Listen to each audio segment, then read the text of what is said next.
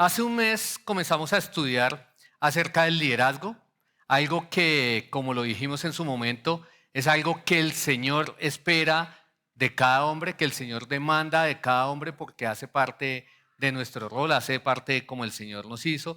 Y comenzamos a estudiar el capítulo 27 del libro de Hechos, donde observamos el ejemplo del apóstol Pablo en medio de una situación bien difícil, el traslado, su viaje hacia Roma saliendo a Roma, y cómo termina esto en un naufragio.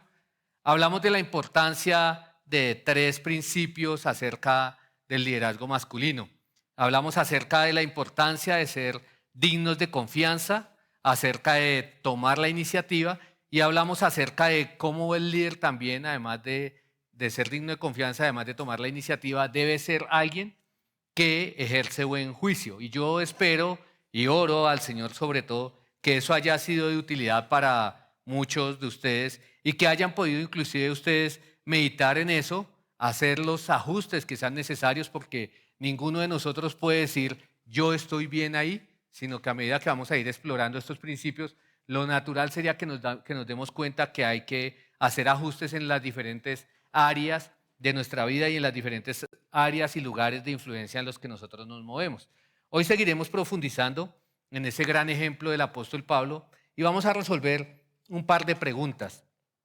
Ahora que el líder identifica el problema, ahora que el líder toma la iniciativa, que lo hace habiendo sido digno de confianza y que ejerce buen juicio, ¿cómo debería comunicarse o cómo se comunica un líder? Además, ¿qué debe comunicar?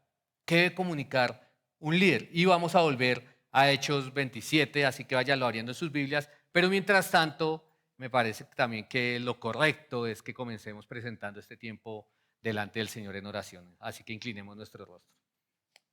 Amado Dios, Padre de nuestro Señor Jesucristo, necesitamos de tu guía, de tu dirección, de tu Espíritu Santo para poder aplicar tu palabra, no solamente para entenderla, esas profundidades, sino para poder ponerla en práctica. Yo te doy gracias por la vida de cada uno de estos hombres que vienen, sus familias, que están ahora en casa, lo que tienes para ellos en el futuro, Señor, también los planes, las bendiciones que tienes para cada uno.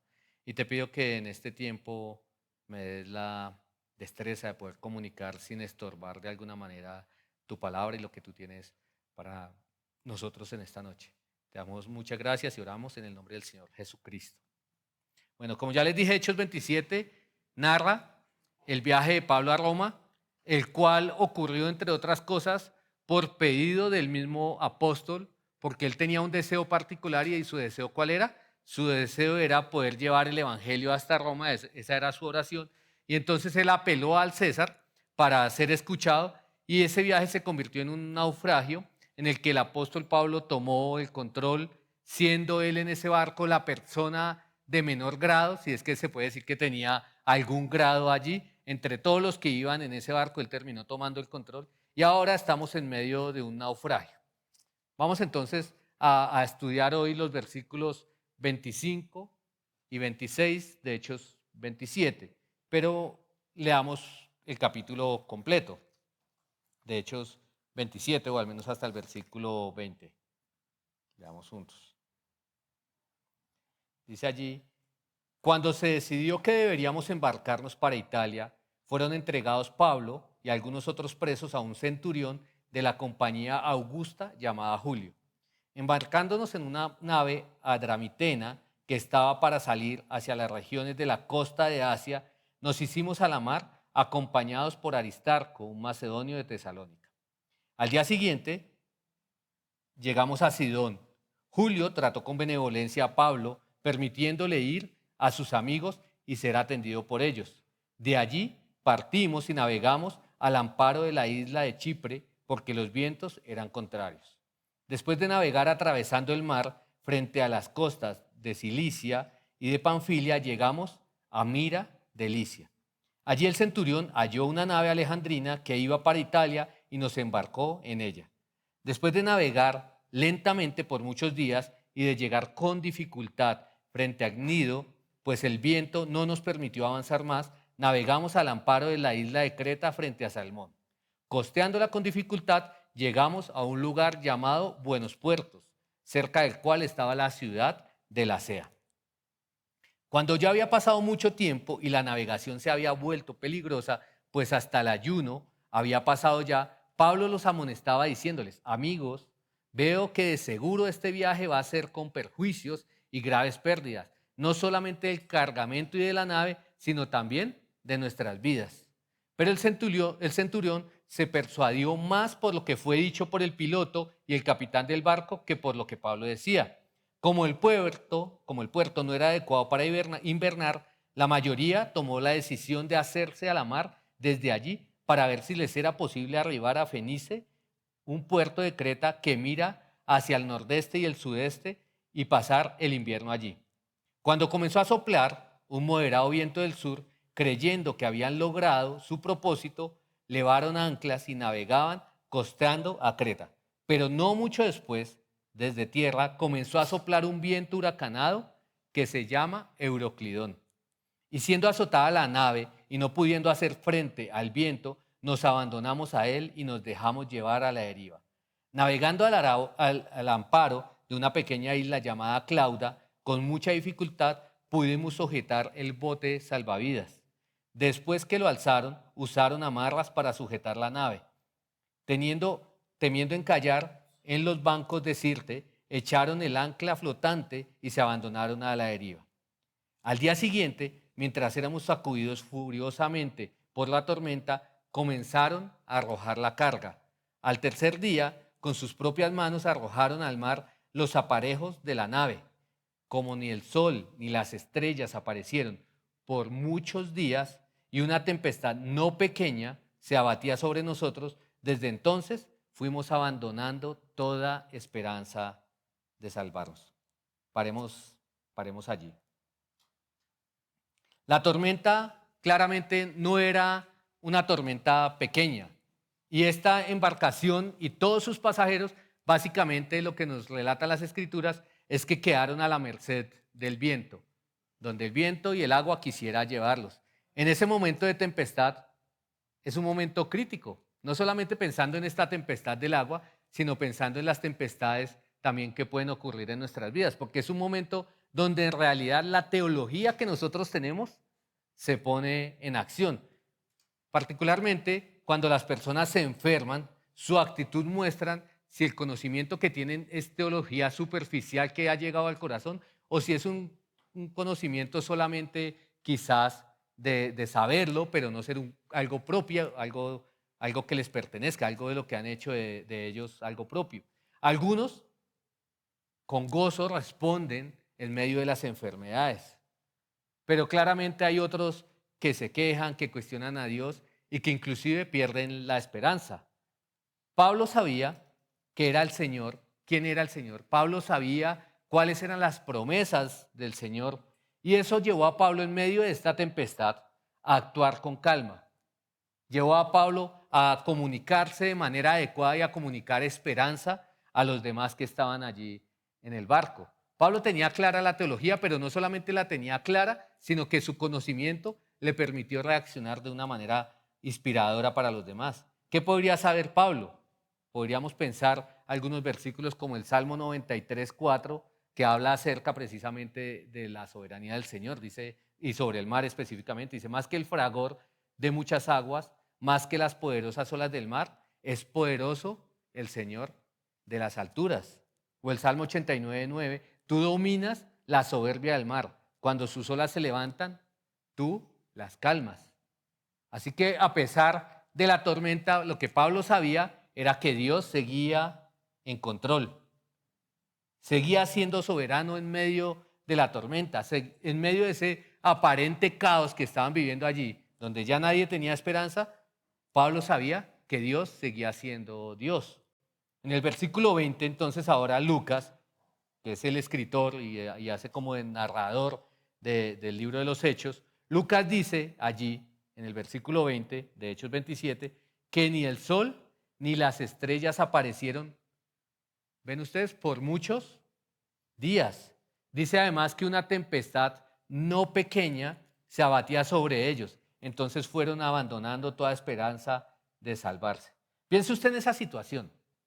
Yo creo que era una situación en donde el pánico creció, en donde la situación que estaba viviendo los llevó a perder básicamente toda la esperanza. Es como si usted va en un vuelo con destino a cualquier lugar y de un momento a otro escucha esa voz a la que uno no presta atención y les dice que les habla su capitán, y lo que tiene para decir el capitán es que van a descender las bolsas de oxígeno, que aseguren sus cinturones y que han perdido las 2 turbinas y se encuentran ante una emergencia aérea, que el vuelo es declarado en emergencia aérea. ¿Cómo se sentiría usted? Yo creo que claramente es un momento de caos, es un momento de pánico y algo similar, lejano a nosotros quizás porque no tenemos conocimientos de barco, la mayoría quizás nunca nos hemos subido en un barco, bueno, yo alguna vez, o una chalupa o algo así, pero no un barco como en el que estaba Pablo, pero era una situación de crisis en la que estaban viviendo. Recuerden ustedes también que al comienzo de la tormenta, y lo leímos hace unos momentos, ellos comenzaron a tirar cosas por la borda. Ellos comenzaron a tirar la carga para salvar la embarcación, inicialmente eso intentaron, y para salvar la vida de los pasajeros. Solamente está un versículo antes ahí en el 19. Incluso la forma en que está en la Reina Valera la traducción nos da a entender que Pablo, Lucas y sus otros compañeros también hicieron parte colaborando en empezar a deshacerse de todo, todos los equipajes, las pertenencias personales, todo lo que pudieron, ellos lo lanzaron. En ese momento, además, ellos perdieron la esperanza. Pasaron varios días, perdieron la esperanza y entonces nos dicen las Escrituras que Pablo volvió a hablar. Pablo volvió a hablar. Cuando habían pasado muchos días, dice el versículo 21, sin comer, Pablo se puso en pie en medio de ellos y dijo: amigos, deberías haberme hecho caso y no haber zarpado a Creta, evitando así este perjuicio y pérdida. ¿A qué le suena eso? ¿Le suena una recriminación? No, no digan mi esposa. No digan mi esposa. No, pero suena una recriminación, suena a un... Les dije, pero es que les dije y no hicieron caso. Suena, les advertí, debieron haberme hecho caso. Suena como a cantaleta, que inclusive si uno piensa en la situación, diría uno hasta cantaleta fastidiosa, porque es que es un momento en el que están sin esperanza. Pero lo cierto es que ya vamos a ver, es que Pablo tuvo la razón en lo que él advirtió. Y mencionarlo en este punto en particular ayuda en su credibilidad. Además que recuerden ustedes, un versículo antes dice que ese naufragio duró varios días. Es decir, que no fue en un momento en el que todos estaban alborotados, sino que Pablo dejó que la situación se calmara y Pablo en realidad tuvo la razón. Y además lo que él estaba diciendo, yo creo que en el fondo ya había murmuraciones entre todos los hombres diciendo: ven, este hombre, el prisionero, tuvo razón. Ese hombre tenía razón y no le hicimos caso. Así que para nada suena cantaleta, pero Pablo ya estaba cansado, Pablo no, todos seguramente ya estaban cansados, incluyendo también a Pablo. Algunos estaban enfermos porque estaban descuidando la comida, algunos no habían comido nada en ese tiempo y además que las reservas de comida seguramente ya se estaban acabando. Entonces las palabras de Pablo no eran una recriminación, no eran un regaño. En realidad lo que Pablo quería hacer era ganar su confianza, ganar que lo escucharan y darles ánimo. Y si ustedes ven el versículo 22, se dan cuenta que Pablo no terminó allí. No solamente les dijo: le dije y me voy, sino que les dicen: vean, tenía razón, pero ahora hay algo más. Dice el versículo 22 que dice Pablo: pero ahora les exhorto a tener buen ánimo, porque no habrá pérdida de vida entre vosotros, sino sola la del barco. Entonces, ¿qué era lo que quería Pablo realmente al levantarse y comunicarse con ellos? Él quería animarlos. Él quería animarlos, pero además, él quería que ellos vieran que él confiaba en Dios. ¿De dónde obtuvo Pablo esa confianza? ¿Por qué habló con esa certeza? Bueno, el versículo 23 y 24 nos lo muestra, nos dice: porque esta noche estuvo en mi presencia un ángel de Dios, de quien soy y a quien sirvo, diciendo: no temas, Pablo, has de comparecer ante el César. Y he aquí, Dios te ha concedido todos los que navegan contigo. Las palabras con las que Pablo anima a los pasajeros, entonces son palabras ¿de quién? De Dios, dadas por medio de un ángel, pero son palabras de Dios. Sin embargo, esas palabras, si uno lo lee y si uno se pone en la situación de Pablo, revisten una ironía. ¿Por qué? Porque le dice: no temas que no te vas a morir aquí, pero te espera un juicio con el César. El César del momento, ¿quién era? Nerón, que estaba loco y odiaba a los cristianos y tenía toda una persecución armada en contra de los cristianos. Spurgeon dice acerca de esto, dice: pareciera como si el ángel del Señor le hubiera dicho: no vas a ahogarte porque vas a ser devorado por un león. Tranquilo, no vas a ahogarte porque vas a ser devorado por un león. Pero para Pablo, aunque a ustedes no les suene tan lógico, esto sonaba a buenas noticias. ¿Por qué? Porque era la oportunidad que él había estado buscando de ir a Roma, de estar ante la corte del César. Era una respuesta a sus oraciones. Esta era la oportunidad de llevar el evangelio hasta Roma, el lugar de mayor oposición. En la introducción de Romanos, en el primer capítulo de Romanos, Pablo expresa su deseo de ir a visitar a los creyentes allí en esa ciudad y menciona que constantemente él ora a Dios para que le conceda viajar. Mírenlo en el versículo 9, dice: porque testigo me es Dios, a quien sirvo en mi espíritu, en el evangelio de su Hijo, de que sin cesar hago mención de vosotros siempre en mis oraciones, rogando que de alguna manera tenga al fin, por la voluntad de Dios, un próspero viaje para ir a vosotros. Pablo tenía un fuerte anhelo de ir a predicar el evangelio en Roma y de edificar a los creyentes allí. Así que el ángel le dijo de parte de Dios: esa respuesta va a ser cierta, va a tener la oportunidad de estar en Roma. Quizás no como Pablo lo deseaba, quizás no como Pablo lo decía, no un próspero viaje, pero sí de alguna manera al final allí estaba Pablo. Y aquí está el primer principio, ahora que tenemos el contexto, el primer principio de los que vamos a ver esta noche, y es que un líder habla con autoridad. En el caso de Pablo, Pablo tenía información de primera mano y por eso tenía confianza. Por eso tenía una confianza que lo llevó a hablar con una autoridad. Pablo sabía que Dios tenía todo bajo control y sabía que si la voluntad de Dios era que él fuera a testificar ante la corte del César, no había marea, no había naufragio, no había tempestad que fuera a impedir eso. Y cuando hablo acá de que el líder habla con autoridad, no estoy hablando, para no ser malentendido, de autoritarismo, no estoy hablando de arrogancia, no estoy hablando de que Pablo tuviera un sentido de superioridad o que usted cuando hable en el liderazgo tenga que tener un sentido de superioridad. Lo que ocurre con Pablo es que él habló porque tenía confianza en la palabra de Dios.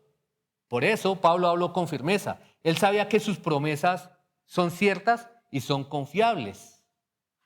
Al mismo tiempo, habla con certeza, habla con autoridad. Así que un buen líder puede hablar con autoridad y certeza cuando sabe lo que se habla.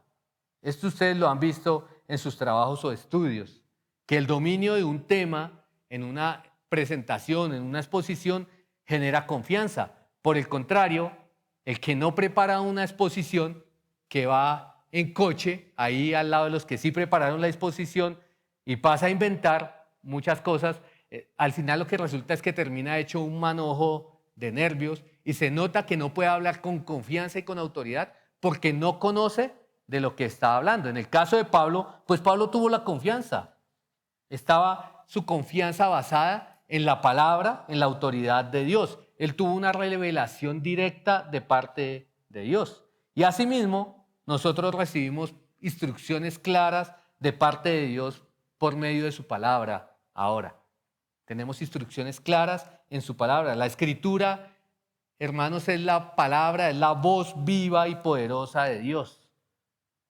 Para el creyente es iluminada por el Espíritu Santo y entonces la misma palabra inclusive nos dice en 1 Corintios Pablo también que es la mente de Cristo. Entonces acá tenemos los pensamientos de Dios. Nosotros no tenemos que esperar a que se nos aparezca un ángel, porque eso fue algo único para la época apostólica. Fue válido para Pablo. ¿Por qué? Pues porque ellos no tenían el Nuevo Testamento. El Nuevo Testamento hasta ahora estaba escribiéndose. De hecho, este escrito de Lucas es parte de ese Nuevo Testamento. Nosotros sí lo tenemos.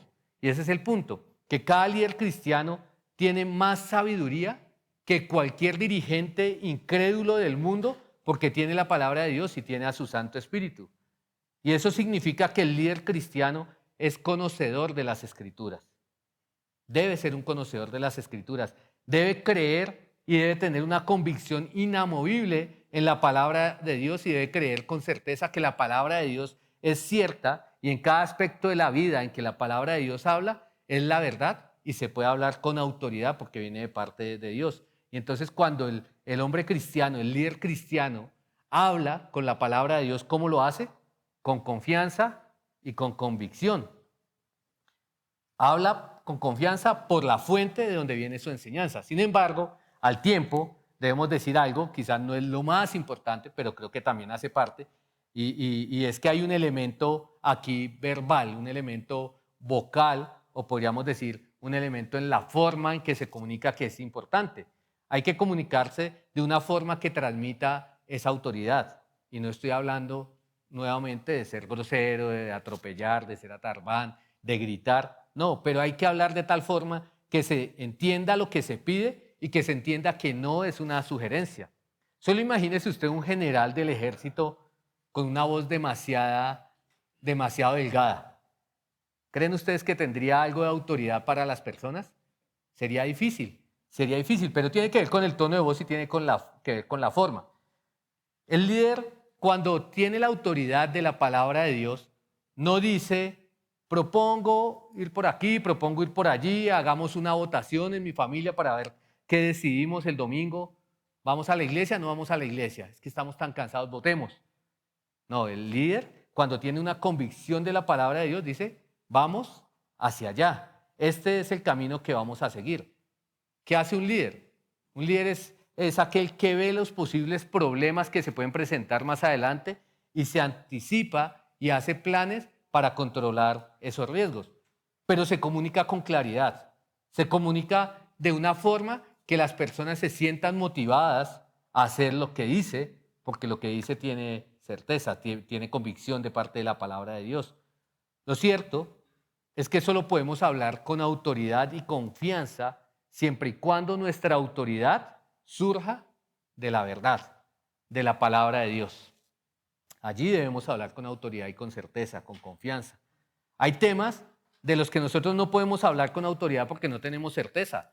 A veces yo veo a la gente, inclusive creyentes, discutiendo ardientemente acerca de un político por el que meten las manos al fuego, al que ni siquiera ustedes conocen y él menos los conoce.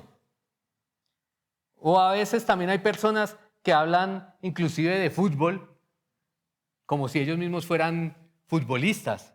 Hay personas que hablan con seguridad de cualquier tema, aunque no lo dominen. Siempre tienen algo que decir, siempre tienen algo que decir. Las personas buscan en realidad a alguien en quien pueda confiar, a alguien que los ame y a alguien a quien puedan seguir, porque se comunica con autoridad acerca de lo que sabe. Si usted conoce la palabra, entonces, hermano, háblela con autoridad. Provea dirección divina. El Señor Jesús no daba sugerencias. Él asombraba a todos porque Él hablaba ¿cómo? Con autoridad. ¿Por qué hablaba con autoridad? Obviamente Él mismo era la verdad, pero su verdad también, Él resalta, venía de Dios. En cambio, sus opositores, los escribas, acostumbraban a citar opiniones rabínicas como su fuente de autoridad. Y esas opiniones, por supuesto, por más que en algunos casos pudieran estar bien intencionadas, no hablan de parte de Dios. He escuchado también a personas que inclusive al presentar el Evangelio mencionan más a Calvino, a Lutero, que al Señor Jesús. Mencionan denominaciones. Pero es que nosotros no estamos predicando ni iglesias ni denominaciones, estamos predicando a Jesucristo crucificado. Y eso es lo que tenemos que predicar, tenemos que entonces liderar enseñando la verdad. El Señor Jesucristo dijo, muchas cosas tengo que decir y juzgar de vosotros, pero el que me envió es verdadero y yo, lo que he oído de él, esto hablo al mundo, dijo el Señor Jesús en Juan 8. ¿Qué significa eso? Que usted debe conocer y usted debe tener certeza en lo que dice la palabra de Dios en las diferentes áreas en las que usted participa en su momento de vida. Por ejemplo, tiene usted una oportunidad evangelística. ¿Qué necesita conocer de manera profunda? El Evangelio para poder presentarlo, porque si no va a terminar diciendo cualquier cosa menos el Evangelio, igual en la enseñanza. Pero ¿qué decir, por ejemplo, del liderazgo con su esposa? Tenemos esa responsabilidad aquellos que estamos casados, pues tenemos que conocer con claridad lo que dice las Escrituras acerca de los principios matrimoniales, del rol del esposo, del rol de la esposa, de cómo debemos nosotros amar a nuestra esposa, de tal manera que cuando tomamos el liderazgo que nos ha asignado el Señor en el matrimonio, ¿cómo hablamos? Con autoridad, porque tenemos una fuente correcta de autoridad. Igual la crianza de hijos. Cada uno de nosotros debería tener claridad cómo va a criar a los hijos, por qué va a poner ciertos límites o por qué va a dar ciertas libertades, qué les va a permitir a ellos. Pero no se trata simplemente de decir que porque otros hermanos lo hacen, yo hago lo mismo porque he visto que otros lo hacen. La única forma de nosotros poder hablar con autoridad es porque proviene de las Escrituras y tenemos un profundo conocimiento de las Escrituras. Y podemos hacerlo entonces de una manera con autoridad, sin ser áspero, sin ser autoritario, sin ser abusivo con el poder, sino más bien significa que podemos hablar con confianza, porque sabemos que estamos dirigiendo a nuestras familias u otra área en la que estemos dirigiendo hacia el lugar que el Señor quiere. Pablo simplemente habló con confianza, basado en la promesa que Dios le había dado, y sus promesas así lo demostraron. Habló con confianza. Esto es similar, vi en estos días un video en Perú, no fue el terremoto de ayer, sino en Perú, que se estaba cayendo el techo de un centro comercial. Fue un video no tan reciente, pero ocurrió. Se estaba cayendo el techo, el drywall, un techo parecido a este, no se asusten, y se empezó a caer. Si usted tuviera a su familia allí, ¿usted qué hace? ¿Le sugiere? No, usted tiene la convicción que ellos tienen que salir de allí. Inclusive, si es necesario, los arrastra, les grita. ¿Por qué? Porque usted está convencido. Entonces esa es la convicción de la verdad la que nos permite hablar con autoridad. Cuando usted comunica con firmeza, eso también le ayuda a los demás, porque van a entender que usted los está llevando a algún buen sitio. Volvamos a Pablo.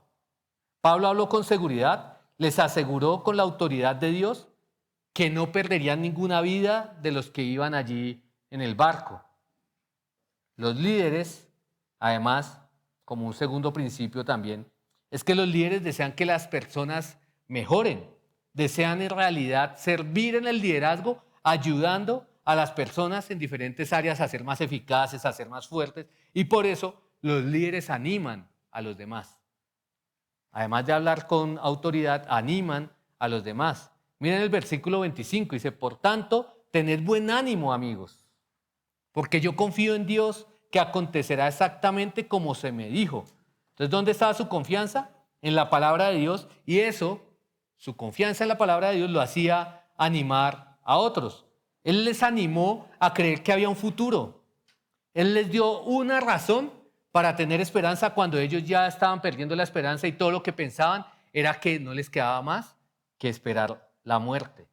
Pablo les dijo, versículo 26, pero tenemos que encallar en alguna isla. Esas sí no eran buenas noticias, o por lo menos para el propietario del barco. No omitió las dificultades, fue sincero, podía haberlo omitido, haberles dicho solamente que Dios iba a actuar soberanamente y nadie se iba a morir, pero les dijo, pero van a haber problemas, así que fue sincero. Y cuando la comunicación es honesta también gana credibilidad, y así podemos ser nosotros con nuestras esposas, con nuestros hijos, con nuestros amigos, con las personas en las que el Señor nos permita servirles en el liderazgo. Tenemos limitaciones, no tenemos recursos ilimitados, tenemos limitaciones de salud, de tiempo, etcétera. No somos hombres superhéroes que no tenemos ningún tipo de dificultad, ¿no? Somos cristianos que dependemos del Señor y podemos comunicar las adversidades. Así que aquí, al final, solamente habían dos opciones. Si sucedía lo que Pablo había dicho, sabrían que fue Dios quien lo realizó. Si no sucedía, Pablo sería un mentiroso. Y en realidad no había muchas posibilidades de que ellos llegaran a una isla. Si ustedes recuerdan, ellos estaban en medio del mar. Ellos estaban abandonados a la deriva. Ellos estaban allí sin ninguna esperanza. No eran muchas, en realidad, las posibilidades que ellos tuvieran de encallar, como Pablo dijo, en una isla. No era muy probable. Matemáticamente hablando, era una probabilidad despreciable. Algo insignificante, algo a lo que se tacha. Dice, no hay probabilidad alguna. Y cuando ocurrió, los marineros entonces, ¿qué supieron? Los marineros supieron que fue Dios quien lo hizo. Pablo tenía certeza, por supuesto, por la revelación que había recibido de parte de Dios. Esa era la base de su autoridad con la que él animó a los demás tripulantes. Esa situación era un desastre, esa situación era una tragedia. Pero en medio de esa tragedia estaba Dios. Y en medio de esa tragedia Dios puso allí a un hombre hablando de parte de él. Y así era la vida misma de Pablo. Pablo iba a un juicio. Él se dirigía a un juicio y sin embargo iba a servir esta situación para que él hablara en Roma el evangelio de parte de Dios. En medio de las situaciones más difíciles siempre hay oportunidades. ¿Por qué? Porque Dios está al control. Porque Dios está al control. Y el mundo pierde la esperanza con facilidad. El mundo pierde de vista que puede haber una opción.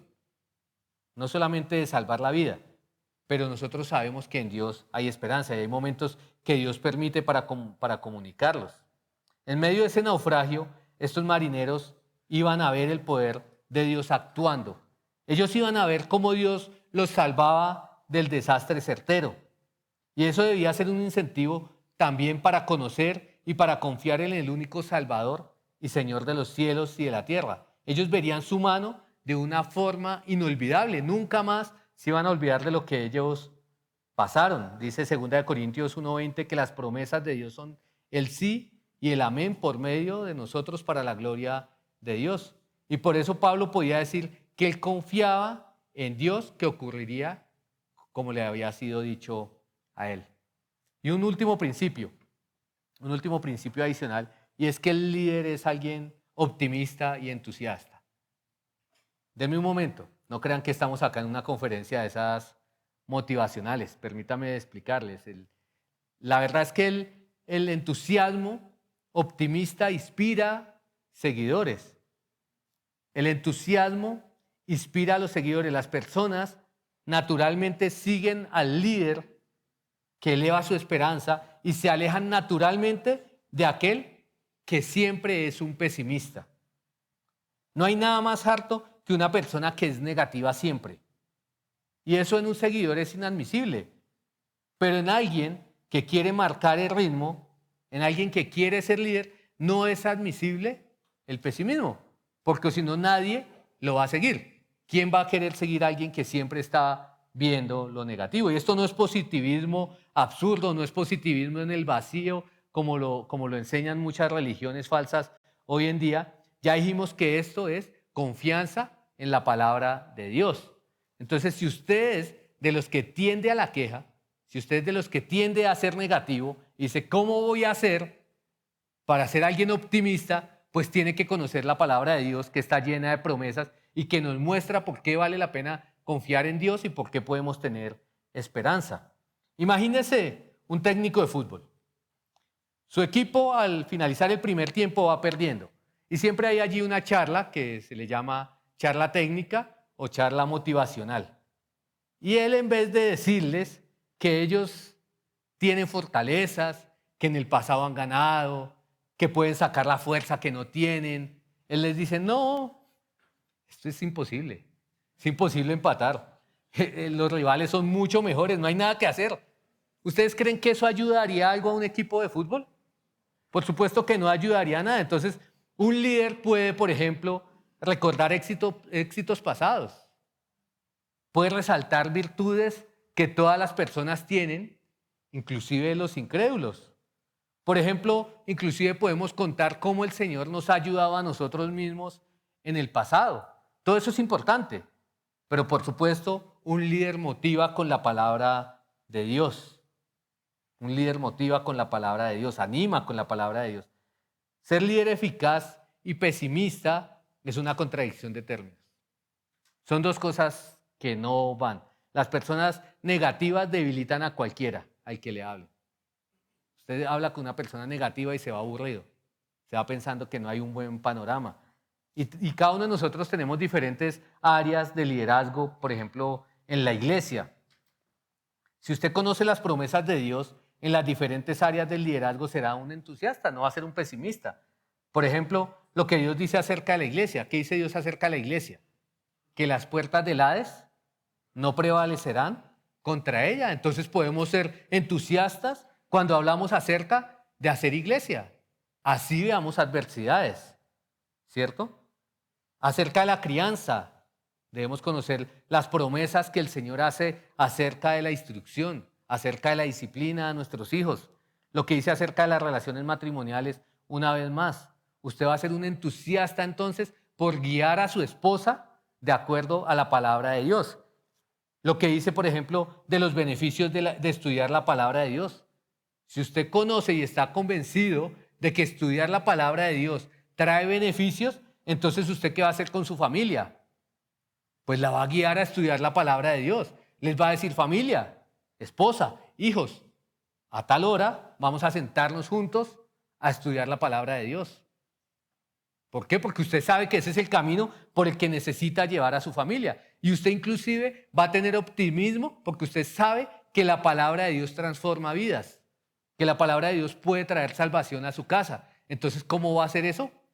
Con entusiasmo. Pero necesitamos conocer lo que dice la palabra de Dios. Aun cuando una mirada a la situación actual dé razones para desanimarse, siempre podemos confiar en Dios y de esa manera lo podemos comunicar. Recuerde, Pablo iba a Roma, Pablo iba encadenado, era el menos indicado en el barco para sentirse optimista. Pero como un verdadero líder, este hombre miró mucho más allá de las circunstancias temporales y puso su esperanza en las promesas que había para él. De allí él sacó el valor y la confianza para tener ese optimismo. Entonces esto es algo muy, muy, muy importante, y es que su liderazgo, en el lugar que usted tenga, en la posición que usted tenga, más que una oportunidad para hacer que las cosas funcionen, es una oportunidad para predicar al Señor Jesucristo, para predicar el Evangelio. Cuando usted toma la iniciativa y comunica sus planes, debe usted ser claro el lugar que Dios tiene en esos planes, de tal forma que eso sea una oportunidad para mostrar la confianza que usted tiene en Dios y en sus promesas. Usted no está predicando que la gente confíe en usted porque sí, no, que confíen en el Señor. Una vez más, si nos devolvemos un poquitico allí en el versículo 23, miren cómo Pablo les decía, porque esta noche estuvo en mi presencia un ángel, ¿de quién?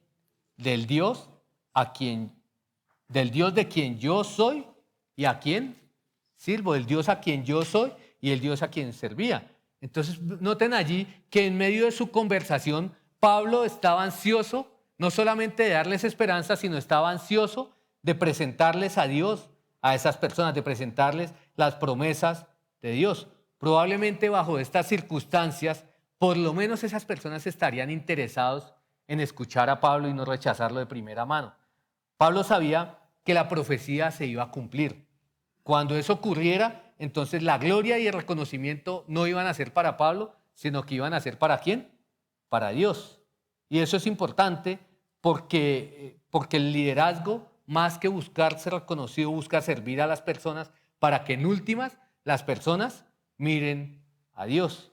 Y Pablo hizo que esos hombres pusieran una mirada en Dios, porque él entendía que ellos tenían la necesidad de glorificar al Señor y que tenían acá la oportunidad además de ser agradecidos con Dios. Ellos al final de esto tenían que reconocer que le debían la vida a Dios, que ellos tomaron una mala decisión cuando decidieron salir allí a ese lugar, Buenos Puertos, a pesar de que alguien les estaba haciendo una advertencia y que todo en el clima indicaba que el invierno no iba a parar, que el invierno los iba a coger en la mitad. Ellos tomaron una decisión, pero Dios aún así iba a intervenir y iba a salvar sus vidas. Entonces un líder en realidad es alguien que es una bendición en el lugar en el que esté. Y eso ocurrió con estos hombres que iban en el barco, porque inclusive, si usted lee una vez más el versículo 24, Dios preservó la vida de esos hombres gracias a que Pablo iba allí. Le dice el ángel a Pablo, le dice, ¿te han sido concedidos todos los que van conmigo? En un sentido, ellos fueron bendecidos por la presencia de Pablo, aunque estaban perdidos en el mar sin una pista hacia dónde iban, ahora ellos tenían esperanza y tenían un líder en quien confiar, tenían un líder en quien confiar.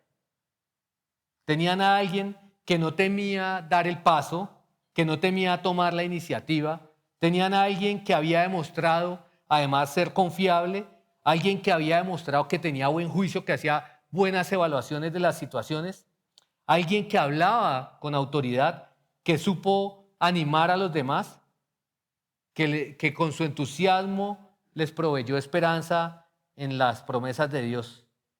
Y así deberíamos ser nosotros en los lugares que el Señor nos ha puesto. Tal como la historia lo dice, y usted puede leer los siguientes capítulos, notaremos que el centurión, los marineros y todas las personas que estaban en el barco empezaron a aceptar más y más el liderazgo de Pablo.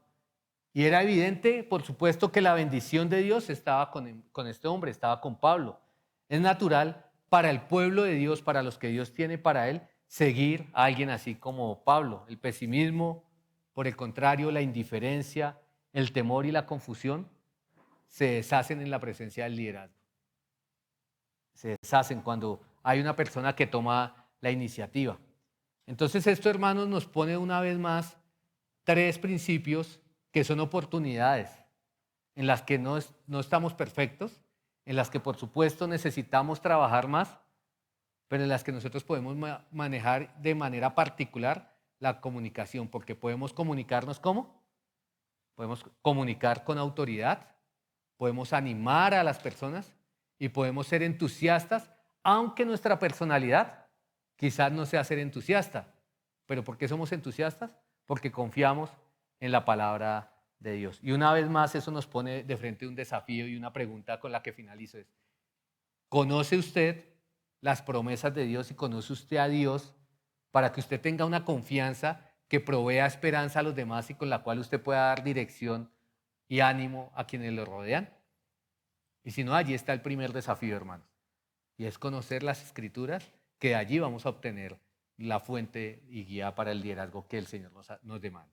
Vamos a terminar orando y ya pasamos entonces al tiempo del taller.